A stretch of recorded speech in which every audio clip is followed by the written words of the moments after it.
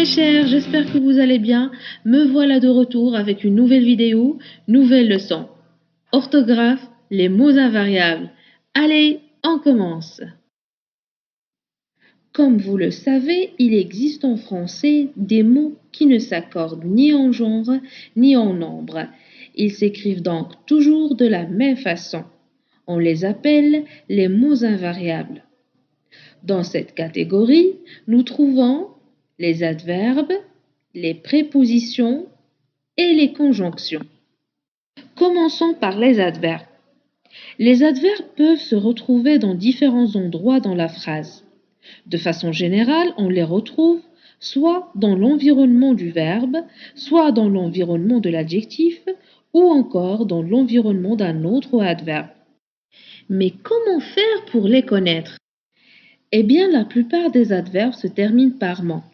Exemple, tellement, tendrement, forcément, extrêmement et purement. Ces mots sont tous des adverbes. Exemple, mon gros chien est tellement paresseux qu'il dort constamment sur le sofa noir. Ici, l'adverbe, c'est tellement et constamment. Tellement modifie l'adjectif paresseux et constamment modifie le verbe dort. Mais il ne faut pas se laisser prendre au piège. Ce ne sont pas tous les adverbes qui se terminent par ment. La liste des adverbes en français est bien plus longue. Exemple, bien, vite, mal, beaucoup, aujourd'hui, demain, dehors, loin, jamais, etc. À votre tour, dans la phrase suivante, identifiez les adverbes.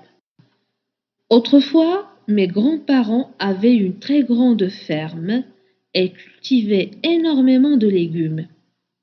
Les adverbes sont autrefois, très, énormément. Vous allez remarquer que ces mots ne s'accordent jamais.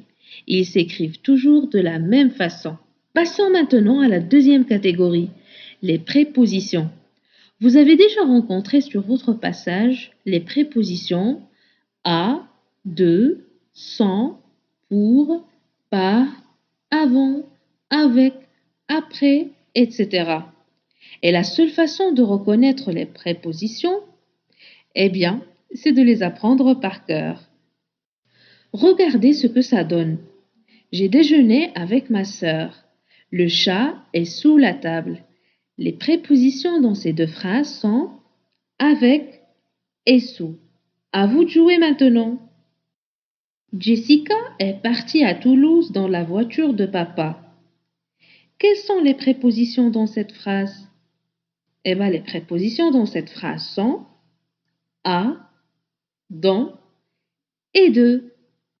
Dans la catégorie des mots invariables, on trouve aussi les conjonctions de coordination.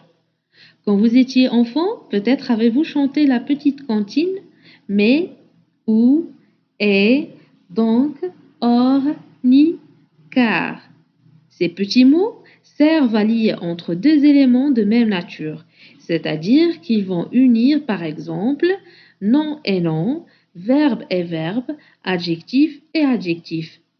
Par exemple, mon père et mon frère adorent la pêche.